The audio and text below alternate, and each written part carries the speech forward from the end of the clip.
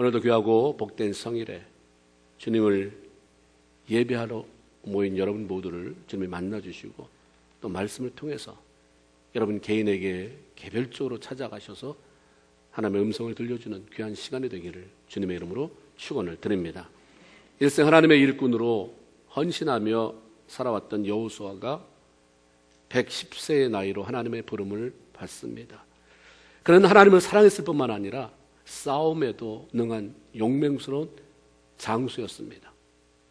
그래서 이스라엘 백성들이 광야에서 미디안 군사들과 싸워야 했을 때 모세는 여호수아에게 군사들을 모아서 전쟁에 나가서 싸우라고 명령했고 그는 그 전쟁을 승리로 이끌었습니다. 이렇게 하면서 여호수아가 성경에 등장하기 시작을 합니다. 이스라엘의 위대한 종 모세의 곁에서 충성을 다하는 여호수아에 대해서 출애굽기 33장 11절은 젊은 수종자 여호수아, 젊기 때문에 하고 싶은 말도 많고 아무리 모세라지만 이게 틀렸다 지적하고 싶은 게 많았을 텐데 그 젊은 수종자 여호수아는 늘 있는 듯 없는 듯 하나님을 섬겼고 하나님이 섬기라고 붙여준 모세를 섬겼습니다. 모세는 이런 여호수아를 총애하며 신뢰했고 여호수아도 모세가 하나님을 부르심을 받는 그 순간까지 아무런 불평이나 불만 없이 성실하게 섬겼죠. 모세가 죽은 후에 이스라엘의 지도자가 되어서 본격적으로 정복 전쟁을 치르면서 가나안 땅을 점령해 갑니다. 그리고 마침내 하나님의 말씀대로 그 땅을 이스라엘 12지파에게 모두 분배해 주어서 정착하며 살아갈 수 있게 해 주었습니다.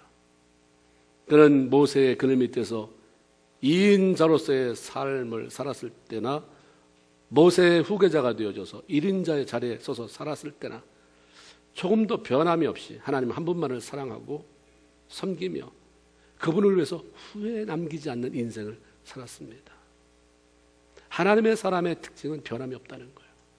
하나님이 우리를 훈련시킬 때 금보다 더 귀한 믿음. 왜 금보다 더한 믿음이냐? 변하지 않으니까. 변하지 않는 믿음을 창출해내기 위해서 하나님의 때로는 불같은 시험도 주시는 것이고 이런저런 사람을 통해서 환경을 통해서 연단도 하시는 것입니다.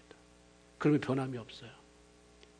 순수한 금 같은 믿음이 나오기 전까지는 이것 때문에 흔들리고 저것 때문에 흔들리고 변질되고 이렇게 말했다가 또 뒤돌아서기도 하고요. 하나님의 위대한 사람의 특징 다시 한번 말씀드리지만 변함이 없습니다. 한결같습니다. 여호수아가 그랬어요. 그렇게 살아왔기 때문에 그를 따르던 많은 사람에게 영향력을 끼칠 수가 있었습니다. 한순간 멋진 말을 했다고 해서 그 사람을 존경받는 자리에 올려놓지는 않습니다. 한순간 뽐나는 행동을 했다고 해서 일확천금을 교회에 기부했다고 해서 대단하다고 존경하지 않아요. 오랜 세월 보는 거죠. 나름대로 바라보면서 검증하고 검증된 사람을 존경하게 되고 그의 말은 굉장한 파급력이 있는 영향력을 끼치게 되는 것입니다. 그러기에 여호수아서 24장 31절에 보면 이스라엘 백성들이 여호수아가 살아있는 동안에는 하나님을 잘 섬겼다라고 이야기해 줍니다. 여호수아의 말과 행동 그리고 그의 삶을 통해 흘러나오는 영적인 영향력이 이스라엘 백성들로 하여금 여호수아도 물론 보지만 그를 그렇게 만드신 하나님을 바라보게 만들었어요. 여호수아를 보면 하나님이 보였어요. 여러분을 보면 하나님이 보이십니까? 나를 보면 나 보지 마. 신경질 내십니까? 나 보지 말고 하나님만 봐. 어떻게 나 보지 않고 하나님만 보겠어요? 나를 통해서 하나님이 보여지거든.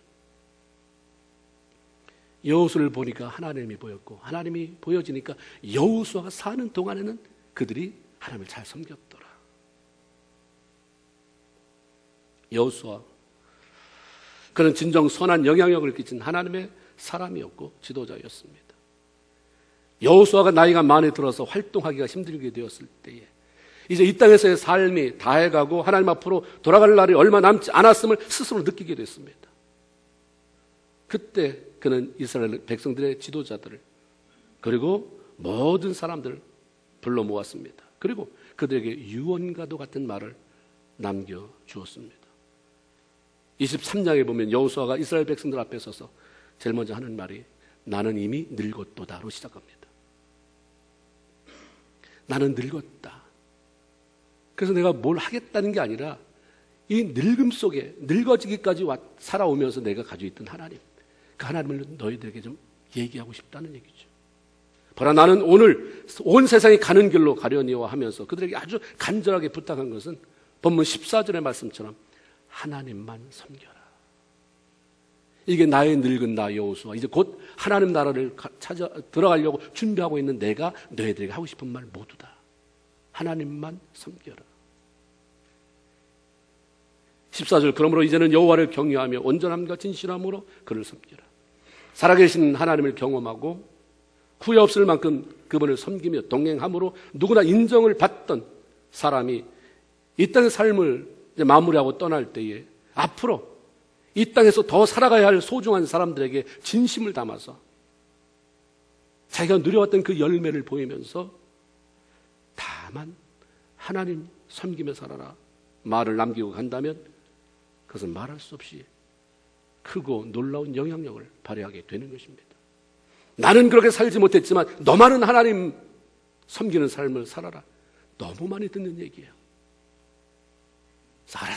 알았어가 되는 것이지만 내가 하나님만 섬기는 삶을 일생 살아보니 인생에 그것보다 복된 게 없더라. 내 친구가 젊을 때는 그렇게 명예를 따르고 돈을 따르더니 늙으니까 다 그런 소용없다고 하더라. 불안해서 견딜 수 없다고 하더라. 후에 막 급한 일이 너무 많아서 견딜 수 없다고 하더라. 나는 일생 대단한 것도 없지만 하나님 섬기는 삶을 살아보니까 이것처럼 복된 게 없고 난 늙을수록 더 행복하고 주님이 갈 날이 더 가깝다니까 너무 소망이 생기고 너도 하나님만 섬기며 살아라 하는 확신 있는 유언은 남아있는 사람들에게 깊은 삶의 영향력을 그리고 영적 도전을 줄 수밖에 없는 것입니다. 14절에 여호수아가 그러므로 여호와만 섬기라고 했을 때 그러므로의 의미는 이스라엘 백성들에게는 하나님을 섬겨야 할 분명한 이유가 있다고 하는 말씀입니다. 그 이유가 있기 때문에 그러므로 하나님을 섬겨라. 여호수아는 이스라엘의 지난 역사를 회고하면서 무엇 때문에 왜 이스라엘 백성들이 하나님을 잘 섬겨야 되는지 그 이유에 대해서 분명히 알려주었습니다. 그 첫 번째가 전혀 자격이 없는 너희들을 택해서 하나님의 백성으로 삼아주셨기 때문에 너희들은 철저히 하나님 한 분만을 섬기며 살아가야 한다라고 말씀합니다. 2절 3절입니다. 옛적에 너희 조상들 곧 아브라함의 아버지 나홀의 아버지 데라가 강 북저쪽에 거주하면서 다른 신을 섬겼으나 내가 너희의 조상 아브라함을 강 저쪽에서 이끌어내요 라는 말씀이 있습니다. 이스라엘 백성들이 그렇게 존경하고 또 소중히 여기는 자신의 조상 아브라함은 본래 하나님의 사람이 아니었다는 거예요. 갈대아 우르 출신이다. 갈대아 우르 출신. 이 갈대아 우르라고 하는 지역은 아주 상업이 뛰어난 것이에요. 발전해 있는 것이고 천문학이 발전하고 점성술이 발전했던 것으로 뛰어난 고대 문명과 아울러서 달을 섬기는 우상이 아주 성행했던 것입니다. 아브라함의 아버지 데라는 그곳에서 우상을 섬기며 살았고 어떤 기록에는 그가 우상을 섬길 뿐만 아니라 집에서 우상을 만드는 그것을 팔리면서 생계를 유지했다라고 그렇게 기록하기도 합니다. 아버지가 그렇게 살았는데 그곳에 하나님을 아는 사람이 없는데 아브라함의 인생이라고 뭐 다를 게 있겠습니까? 매일 보는 게 아버지가 우상 섬기는 거고 우상 만드는 것인데 아브라함도 거기서 그런 환경을 벗어날 수 없었습니다. 그런데 하나님은 아브라함을 선택하셔서 그를 거기서 불러냈다는 것입니다. 그리고 그와 그의 후손을 하나님의 백성으로 삼아주셨다는 거예요. 갈대아 우르에서 계속 머물러 살아가고 있었다면 비록 생활의 풍요함과 세상이 주는 쾌락은 누리고 살았을지 모릅니다. 그러나 천지만물을 지으신 하나님의 백성이 되는 영광, 그분의 놀라운 능력들을 경험하는 특권은 전혀 생각해 볼 수도 상상해 볼 수도 없었다는 거죠. 모세는 신명기 7장 6절 8절에서 하나님께서 너희들을 왜 선택하셨는지 너 그거 아느냐? 이렇게 기록했어요. 신명기 7장 6절 8절 6절 7절 8절 너는 내 하나님 여호와의 성민이라. 내 하나님 여호와께서 지상 만민 중에서 너를 자기의 백성으로 자기 기업의 백성으로 택하셨나니 여호와께서 너를 기뻐하시고 너를 택하시면 너희가 다른 민족보다 수요가 많기 때문이 아니라 너희는 오히려 다른 민족보다 가장 적으니라. 여호와께서 다만 너희를 사랑하심으로 다 이유가 없다는 거예요. 그냥 사랑하기 때문에 너 내 자녀, 내 백성이다라고 불러주셨다는 것입니다. 이 세상 수많은 민족들 가운데 유독 이스라엘만이 하나님의 거룩한 백성이 된 이유는 숫자가 많다거나 어떤 특별한 이유가 있어서가 아니라 단지 하나님이 사랑하셔서 선택했기 때문이라는 거예요. 아무런 이유 없이 선택을 받아서 하나님의 특권을 누릴 수 있게 되었다고 한다면 선택받은 이스라엘 백성들이 할 일은 아무 조건 없이 하나님을 사랑하며 섬기는 것이다. 이거죠. 아무런 자격 없이 우리가 예수 믿고 구원받아서 하나님의 자녀가 되고 천국을 소망하며 살아갈 수 있게 되고 은혜를 받을 만한 조건이 하나도 없는데도 불구하고 하나님의 은혜를 누리며 살아갈 수 있게 된 것만으로도 평생 하나님을 잘 섬겨야 될 이유가 있는 것입니다. 믿어지는 게 은혜예요. 다 거짓말 같은 세상적인 시각, 안 믿으려고 하는 시각에서 보면 다 거짓말 같고 조잡스러운 것 같고 과학적으로 맞지 않는 것 같은데 나는 믿어져요. 믿어질 뿐만 아니라 그 안에서 그 하나님이 내 안에 지금도 살아계신 하나님으로 다가오시고 그 하나님이 내 마음을 움직여서 감동하게 하시고 보이지도 않는데 그 하나님이 하나님의 거룩한 영으로 내 안에 찾아오셔서 말씀을 읽을 때 이게 너한테 한 말씀인 것 같고 그 말씀 때문에 막 전율하기도 하고 어떤 것으로도 만족하지 못하고 기쁨도 없고 우울하고 그런데 이렇게 하나님 주시는 기쁨 때문에 괜히 소망 생기고 웃을 일이 생기나 값없이 주신 거예요. 그걸 네가 맛봤다고 한다면 너는 그것만으로도 평생 하나님을 잘 섬겨야 되는 이유가 있다 이거죠. 모든 사람들이 섞여 사는 이 땅에서 비상적으로 볼 때에 구원받은 자와 구원이라고 하는 것과 상관없이 살아간 사람들 사이에는 아무런 차이가 없어 보일 수도 있습니다. 구원받았다고 하나님이 여기다 뭐 이마에 표를 주는 것도 아니고 구원 받은 사람이나 안 받은 사람이나 예수 믿는 사람이나 아닌 사람이나 섞여 살면 잘 구분이 안 돼요. 그러나 구원받은 사람은 하나님을 아버지라고 부릅니다. 그분의 도움과 인도하심과 공급하심을 받아가면서 살아가게 되고 궁극적으로는 형벌의 나라 지옥이 아닌 하나님의 나라인 영원한 천국에서 하나님의 백성으로 살아가게 된다는 엄청난 차이를 보이게 됩니다. 에베소 2장 8절에 보면 너희가 그 은혜를 인하여 믿음으로 말미암아 구원을 얻었나니 이것이 너희에게서 난 것이 아니요 하나님의 선물이다. 구원받아서 하나님의 사랑받는 자녀요 천국 백성이 된 것이 얼마나 소중한 것이며 또한 그것이 나의 노력이 아니라 전적으로 하나님으로부터 온 은혜라고 하는 것을 깨달은 자는 기쁨과 즐거움으로 그 하나님을 섬기지 않을 수가 없다고 하는 것입니다. 왜 섬겨지지 않는가? 구원받지 못했기 때문이에요. 그냥 교회를 나오니까 나와주는 것만 해도 감사라 이거죠.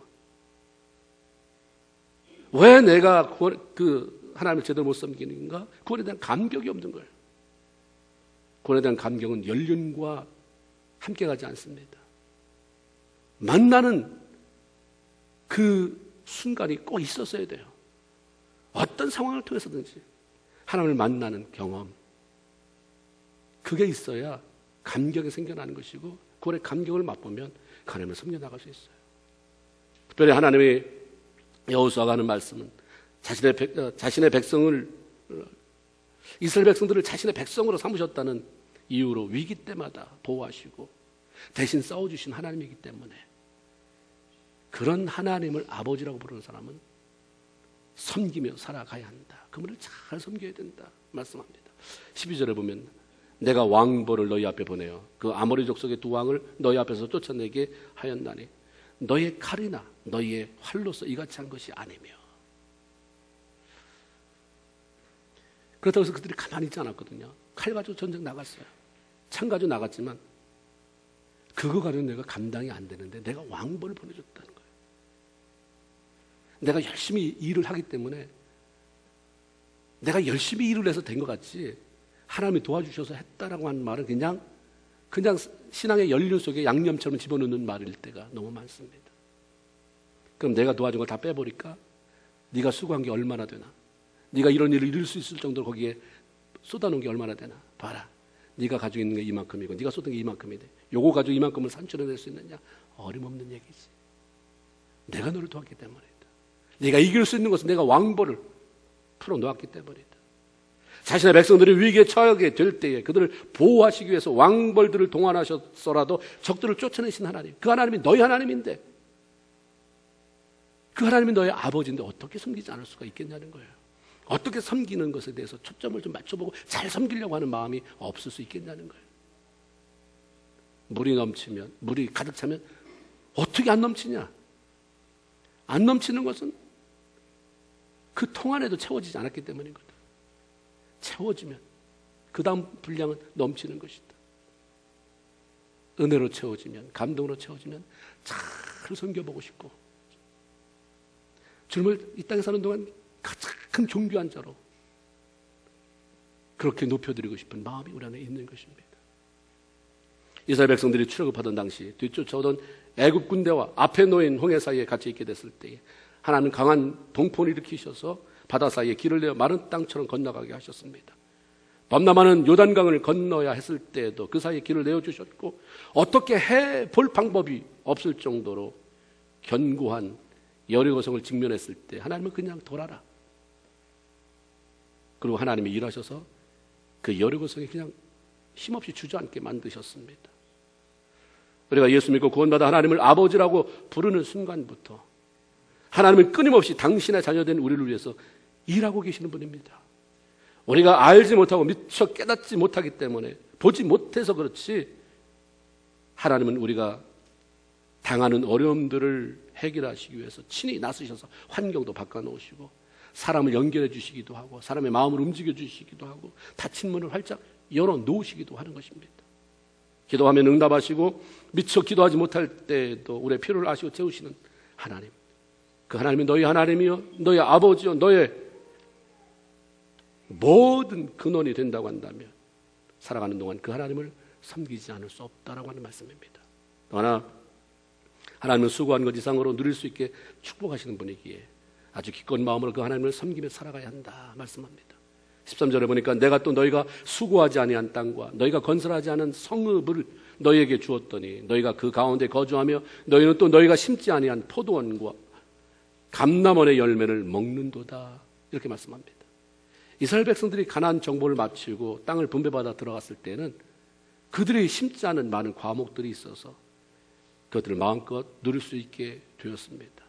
이것은 하나님의 축복이라고 하는 것이 우리가 어떤 수고를 하지 않아도 저절로 얻어지게 된다라고 하는 것이 아니라 수고한 것 이상의 것을 넘치도록 누리게 하시는 분이다라고 하는 말씀입니다. 이스라엘의 과거 역사를 돌아보면서 그들이 하나님만을 섬기며 살아가야 할 충분한 이유가 있음을 확신시킨 여호수아는 거듭 하나님만 섬기며 살라고 부탁합니다.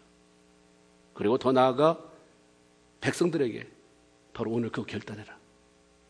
그냥 고개 끄덕이지 말고 언젠가는 내가 그렇게 살 것이다 라고 하지 말고 바로 오늘 이 시간에 그렇게 살겠다고 결단하라고 말씀합니다. 15절에 너희가 섬길 자를 오늘 선택해라. 너희가 우상도 섬기고 하나님도 섬기고 너희가 세상도 섬기고 하나님도 섬기고 하는데 오늘 정말 내가 목숨 걸고 섬겨야 할 그분만을 섬길 그 대상, 그분이 누구인지 오늘 선택해라. 왜 이렇게 여호수아는 이스라엘 백성들에게 하나님을 제대로 섬기는 것이 중요하다고 그렇게 강조하는가? 여호수아는 그 하나님의 마음을 알았기 때문이에요. 하나님이 말씀하신 것을 알았기 때문입니다. 하나님이 간절히 원하시고 요구하는 것이 그분을 섬기는 것이다. 이걸 너무 잘 알았어요. 신명기 10장 12절에 보면 이런 말씀이 있습니다. 이스라엘아, 내 하나님 여호와께서 네게 구하는 것이 무엇이냐? 하나님이 여러분에게 구하는 게 뭐라고 생각하십니까? 우리가 그렇잖아요. 위기 때마다 하나님 나한테 뭘 원하십니까?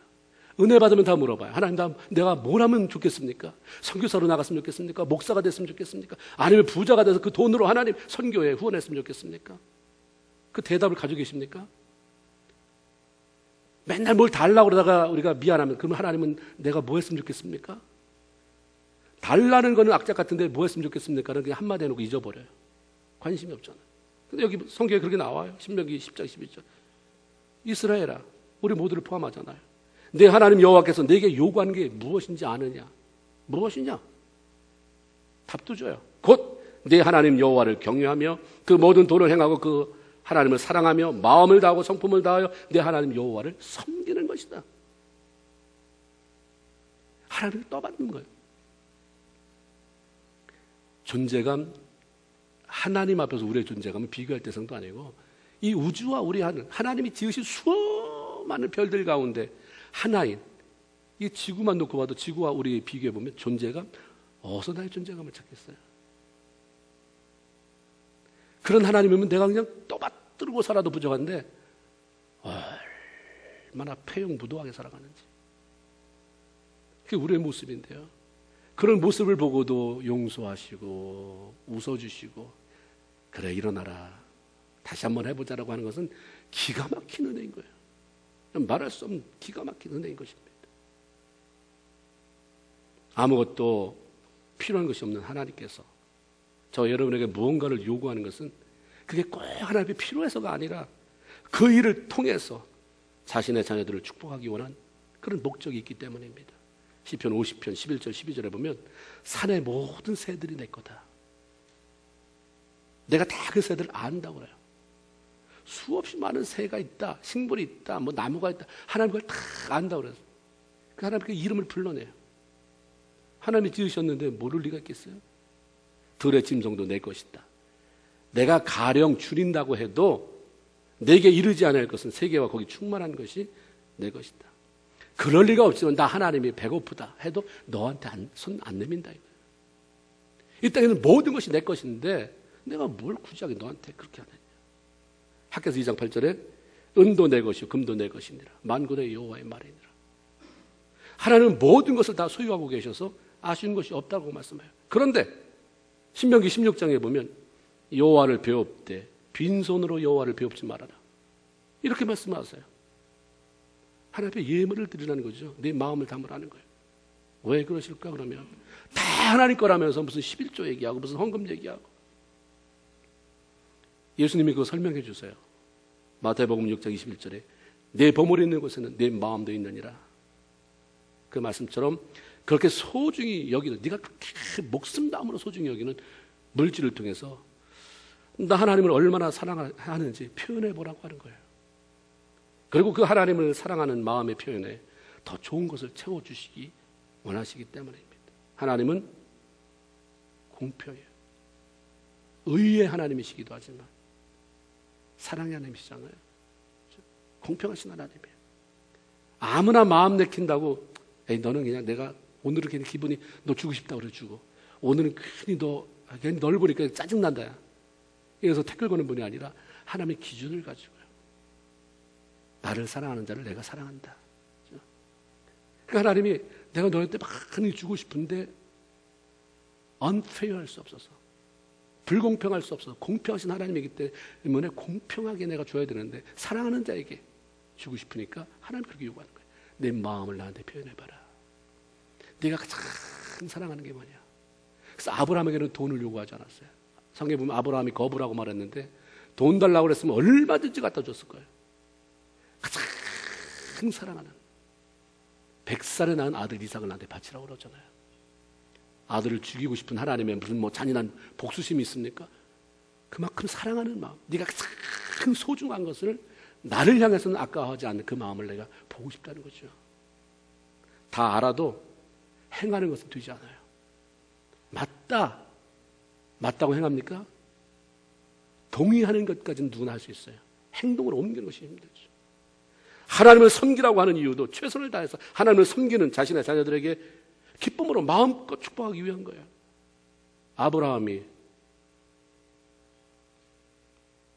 이삭이 축복을 받아야 될 때, 그렇죠? 이삭이 야곱과 에서를 축복할 때 말이에요. 그냥 하면 되지. 뭘 별미를 만들어 오라고 그래요. 어차피 축복하려고 마음 먹었는데. 내가 어차피 할 것이지만 내 마음을 좀 즐겁게 해서 내가 기꺼운 마음으로 너를 축복하게 좀 해봐라 라고 하는 거죠. 이런 것들은 하나님의 비밀이에요. 이 땅에 신앙생활 하잖아요. 어차피 주일날 오잖아요. 그러면 그냥 억지로 와서 앉아있는 것과 기쁨으로 앉아있는 것 똑같이 한 시간에 앉아있지만 이건 천양지차인 거예요. 일주일 내내 주님을 사모하는 마음으로 준비하며 기도하고 오는 것과 벌써 10시 35분이나라고 오는 것과는 이거는 틀린 거예요. 우리가 지금이니까 10시 30분도 좋고 10시 40분도 좋고 11시도 좋고 문 열어주지만 천국문은 1초도 틀림이 없어요. 그렇죠? 열린 문은 그렇게 닫히는 것입니다. 하나님의 마음, 이것이 지금 내가 하나님을 사랑하는 마음의 표현인가? 그럼 그렇게 하세요. 아니면 고치세요. 이왕에 믿는 것, 하나님 마음에 들게 해서 하나님이 쏟아붓고자 하는 그게 뭔지 그걸 받고 누려야 되지 않겠습니까? 말라기 3장 18절에 보면 그때 너희가 돌아와서 의인과 악인이며 하나님을 섬기는 자와 섬기지 아니하는 자를 분별하리라라고 하는 말씀이 있습니다. 우리 신앙에는 나는 뭐 나쁘게 살지 않는데, 나는 악인이 아니라 뭐 의인이고 더군다나 뭐 나쁜 짓 하지 않고 예수 믿고 구원받아서 의인의 자리에 있다니까, 의롭다함을 얻었으니까 여기에 만족할 것이 아니라 하나님이 구별하는 게 섬기는 자와 섬기지 않는 자를 구별한다고 합니다. 그래서 하나님을 섬기는 자로 인정받는 자리에 설 수 있다면 이거는 말할 수 없는 축복이죠. 여호수아는 백성들에게 하나님을 섬기라고 말한 것만으로도 만족할 수 없었기에 바로 오늘 지금 결단해, 선택해, 그리고 평생 그 하나님을 그렇게 결단한 대로 섬기며 살아라라고 말씀합니다. 그러면서 자기는 공개적으로 나와 내 집은 여호와 하나님만 섬기겠다. 이것은 나는 과거부터 지금까지도 그렇게 하나님 편에 하나님을 섬기면서 살아왔지만 앞으로도 내가 죽어도 내 후손들도 계속해서 하나님을 섬기는 편에 서서 살 것이다 라고 고백하는 말입니다. 하나님을 섬기는 삶이 당연한 일이지만 그렇게 못하는 것은 하나님을 섬기며 살겠다고 하는 선택과 결단을 하지 않기 때문인 것입니다. 하나님만을 선택하며 살겠다고 할 때 찾아오는 세상으로부터 당하는 손해, 그 손해가 누가 갖다 줘서 오는 손해도 있겠지만, 아니면 내가 찾아 먹어야 할 것을 찾아 먹지 못하는 손해도 있겠지만, 세상이 주는 그 즐거움도 외면해야 될 것 같은, 그거는 내가 아직 조금 더 있다가 늙으면 그 손해 지금부터 당할 필요 없잖아. 사람들이 내가 너무 예수 잘 믿는다는 것 때문에 외면하고 따돌리는 거 감당해낼 수 있는 힘이 없기 때문입니다. 그러니까 못하는 게 아니라 안 하는 거예요. 신앙생활에는 중간이 없습니다. 세상이나 하나님 둘 중에 하나를 선택하고 자신이 선택하는 것에 충실할 뿐이지 여기 한 발 저기 한 발을 걸쳐 놓고 적당히 타협할 수는 없다라고 주님이 말씀합니다. 성경은 우리에게 끝없이 선택하라고 결단하라고 말씀합니다. 갈멜산 제단에 불이 내려와서 재물을 태우는 영적 전쟁이 벌어졌을 때에 무엇보다도 먼저 하나님께서 엘리야를 통해 이스라엘 백성들에게 한 말씀은 너희가 어느 때까지 두 사이에서 머뭇머뭇거리겠느냐. 여호와가 만일 하나님이면 그를 따르고 바알이 하나님이면 그를 따를지다. 선택해라 라고 하는 말씀이었습니다. 신명기 28장에도 모세가 이스라엘 백성들에게 복과 저주에 대한 하나님의 말씀을 충분히 들려주십니다. 하나님이 이렇게 하면 복 준다더라, 이렇게 하면 복 준다더라, 이렇게 하면 복 준다더라. 하나님이 이렇게 살면 저주가 임한다더라, 저주가 임한다더라. 그러놓고 그 다음에 마지막의 결론은 아주 후리해요. 그러니까 네가 알아서 선택해라. 정말 축복된 삶을 살고 싶으냐? 그럼 축복만 원하지 말고 축복이 오는 삶을 살아라. 하나님은 I'm ready. 언제든지 널 축복할 준비가 되어 있는데 축복받을 만한 삶을 살아라. 네가 어떤 걸 선택하든지 나는 선택한 대로 하겠다는 거죠. 우리가 이 땅에 존재하는 동안 끊임없이 많은 선택을 하며 살아가게 되는데 예외가 없는 그 어떤 선택의 예외가 없는 한 가지가 있는데 그건 출생입니다. 우리 가운데 그 누구도 태어나기 전에 내가 어떤 어머니 자궁 속으로 들어갈 것인지, 내가 태어난다면 남자로 태어날 것인지 여자로 태어날 것인지, 아니면 내가 태어났을 때 박시성을 가질까 이시성을 가질까 김시성을 가질까, 이렇게 선택하고 그 선택한 대로 오는 사람은 한 명도 없어요. 그건 가능하지도 않은 얘기고요. 하나님께서 보내시는 곳으로 가서 만나게 되는 부모, 그 부모와 서로 만나면서 가정을 이루어가게 되는 것입니다. 우리의 출생은 어떤 운명이나 팔자도 아니고 내가 노력해서 얻어진 것도 아닙니다. 그것은 순전히 하나님의 계획 속에 이루어지는 거예요.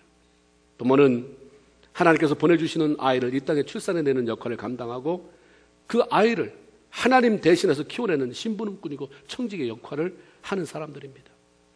그렇기 때문에 하나님은 모든 부모가 그의 인격에도 불구하고 그의 학벌에도 불구하고 소유에도 배경에도 상관없이 자신이 이 땅에 출생시킨 모든 자녀로부터 공경을 받고 존경함을 받게 하셨어요. 이유 없는 거예요. 자식이 아무리 잘 살고 아무리 학벌이 좋고 명예롭다 할지라도 아무리 부모가 촌불할지라도 그분은 공경을 받아 마땅하다고 하는 거죠. 그래서 10계명에 5번째 항목에 내 부모를 공경하라라고 하는 말씀을 하셨고, 출애굽기 20장 12절에 보면 내 부모를 공경하라, 그리하면 내 하나님 여호와가 내게 준 땅에서 내 생명이 길리라라고 하는 축복의 말씀도 허락하셨습니다. 부모에게 자식을 준 것은 아이를 키워가면서 하나님의 마음을 알게 하시는 것이고, 자기 자신을 자꾸 돌아보라고 하는 거예요. 아, 내가 이것밖에 안 되는구나. 내가 어떤 존재인지를 알아가라고 하는 것입니다. 자녀에게 자기 자신의 선택과 상관없이 부모를 만나게 한 이유는 그 가운데 하나는 공경함으로 축복을 받을 기회를 주시는 것입니다. 네가 선택을 안 했지만 너희가 만난 그 부모 죽도록 충성해라, 공경해라, 효도해라, 그 축복 누려라라고 하는 거예요. 에베소 6장 2절 3절에 보면 내 아버지 어머니를 공경하라, 이것은 약속 있는 첫 계명이니 이로써 내가 잘되고 땅에서 장수하리라. 이 말씀처럼 선택의 여지 없이 만난 부모를 이유 없이 공경하면 난 그가 누가 됐든 하나님 그 사람을 축복하겠다라고 말씀합니다. 예수 안 믿어도 부모 공경하는 사람은 잘 될 수밖에 없는 거예요. 단 부모 공경이 곧 구원을 이루게 하지는 못해요. 그러나 부모 공경하는 것은 약속 있는 계명입니다. 이렇게 출생 외에 모든 것은 우리의 선택과 관련이 있습니다. 환경이나 압력에 의해서 어떤 강요받음을, 그래서 강요 때문에 선택할 수 있지만 그렇다고 선택권이 없는 건 아니죠. 강요로 인해서 그것을 선택했어도 결국 그것을 결정한 것은 나 자신이기 때문에 스스로 책임을 져야 하는 것입니다. 구원받을 수 있는 방편으로 예수 그리스도를 이 땅에 보내주셨는데 그분을 영접할 것인지 무슨 그런 일이 있어라고 무시할 것인지는 내 선택에 달려있다는 것입니다. 나를 보냈다, 그걸 알려줬다, 이 예수가 아니면 하나님 앞에 올 자가 없다. 내 죄값을 감당한 그 예수를 내가 모시고 그를 통과하지 않으면 나한테 올 자가 없다고 알려줬으니까 네가 영접하든지 안 하든지 그건 네 선택이다라고 말씀합니다. 하나님의 그 신비스러운 창조에 대한 이야기 하실 때도 창세기 1장 1절이 뭡니까? 태초에 하나님이 천지를 창조하시니라. 그게 이렇고 저렇고 하지 않아요. 믿든지 말든지 사실만 내가 말해줄 테니까 네가 그걸 믿든지 받아들이든지 안 해든지는 네가 선택이라는 거예요. 어느 날 은혜를 바꿔보면 맞습니다. 하나님 하나님이 이런 거 못하시겠습니까? 그냥 믿어져요. 그 은혜는 깨달아지는 거예요. 믿어지는 것입니다. 내가 믿는다고 말하는 하나님을 내 기분이 내키는 대로가 아니라 하나님이 요구하시는 대로 제대로 섬기며 살 것인지 아닌지는 나 자신의 선택과 결정에 달려 있습니다. 어떻게 하나님을 섬길 것인가? 하나님 외에 다른 신을 치워버려라, 이렇게 말씀합니다. 23절에 그러면 이제 너희 중에 있는 이방신을 치워버리고 하나님을 기쁘시게 하고 그분을 잘 섬기려면 그분이 싫어하는 것부터 치워버리라는 거예요. 우리는 하나님보다 내가 너무 커요. 내 감정이 너무 크고 내 자존심이 너무 크고요, 그렇죠? 내 야심이 너무 커가지고요, 치워버리는 게 너무 힘들어요. 치워버리지 않으니까 안 섬겨지는 거예요. 잘 못 섬겨지는 것입니다. 이스라엘 백성들은 하나님을 섬긴다고 하는 동시에 이방신도 섬기고 신상들도 가지고 있었어요. 어떻게 이게 가능할까? 야곱의 가정에도 그런 일이 있었습니다. 창세기 35장에 보면 야곱이 가족적으로 어려움을 당했습니다. 또 이제 절망스럽고 아이들이 원망스럽고 하나님께 기도합니다. 하나님이 내 자녀들 다 데리고 환난날에 너를 만났던 그곳에 올라와서 그 베델로 올라와서 제단을 쌓아라. 이 말을 듣고 야곱이 자녀들에게 너희들 중에 있는 이방신을 버려라. 자녀들이 잘못 살아가고 있는 걸 야곱도 알았어요. 정말 하나님을 섬겨야 될 그 자식들의 속에 이방신이 있는 걸 알았는데도 평소에는 말을 못했던 것 같아요. 아버지가 무시를 당했든지 너무 삶이 절박하니까 아들들이 다 말을 들었어요. 그리고 끄집어 내왔는데 얼마나 많았는지 그걸 상수리 나무 아래에 묻고 갔다고 했습니다. 이렇게 이방 우상을 끼고 사니까 전심으로 하나님만 섬길 수 없었고 하나님을 전심으로 섬기지 못한 그들의 삶에 필요 없는 어려움이 찾아왔던 거죠. 오늘날 우리가 하나님을 제대로 섬기기 위해 필요한 것은 하나님이 원치 않는 것들을 치워버리는 작업입니다. 집안이고 사람의 내면이고 깨끗하게 하는데 제일 좋은 방법은 버리는 것입니다. 여기 있던 거 여기 있어봐야 나중에 또 그게 짐이 돼서 일로 옮기고, 여기 있는 것도 어느 날 짐이 돼서 절로 옮기면 뭐 마찬가지. 버리는 거예요, 과감하게. 그렇죠? 버리지 않고는 깨끗하게 할 수 없습니다. 내가 버려야 할 것이 뭔가? 잘 섬기고 싶다면, 오늘 그걸 결단하고 싶다면 잘 섬겨야지를 결단하지 말고 그 전에 버려야 될 것이 무엇인가? 내가 포기해야 될 것이 무엇인가? 하나님을 잘 섬기는 데 있어서 장애물이 뭔가? 그리고 치워버림으로 말미암아 정말 비워진 것을 하나님으로 채우고 그분의 즐거움으로 채우고, 그래서 전에는 그렇게 애써도 안 되던 것이 이제는 너무 자연스럽게 그 즐거움으로 되어지는 그런 섬김의 은혜, 그로 말미암아 축복을 누리는 여러분이 되기를 주님의 이름으로 축원을 드립니다. 또 하나는 우리의 마음이 오직 하나님께로만 향하게 해라. 23절, 너희 마음을 이스라엘의 하나님 여호와께로 향하라. 마음이 하나님께로 향한다고 하는 것은 마음에 하나님에 대한 생각으로 가득 채우라고 하는 것입니다. 하나님에 대한 생각으로 가득 채워져서 그냥 누르면 하나님이 나오게. 아가서 5장 2절에 보면 술람이라고 하는 여인이 그 사랑하는 사람을 얼마나 사모했는지 온 생각이 온 마음이 그 남자로 채워져 있어요. 그래서 자기가 표현한 게 이렇게 표현합니다. 내가 잘지라도 마음은 깨어있는데 나의 사랑하는 자의 소리가 들리는구나. 자고 있는데도 혹시 우리 집 문 두드리지 않나? 잠 속에서도 마음은 깨어있는 거예요. 더 깨어있는 거예요. 내 사랑하는 자의 소리가 들리는 듯한 거예요. 여러분 그런 거 한번 경험해보고 싶지 않습니까? 하나님의 은혜로 충만해서 그냥 자는데도 너무 좋은 거예요. 잠을 자는데도 그 안에서 하나님과의 그 즐거움이, 그래서 그냥 중간에 깨다가 주님 한번 불러보고 다시 잠들고, 이런 거 좀 경험해야 되잖아요. 무슨 지식적인 거는 두 번째 치고 그건 다 학원 가서 배우면 돼.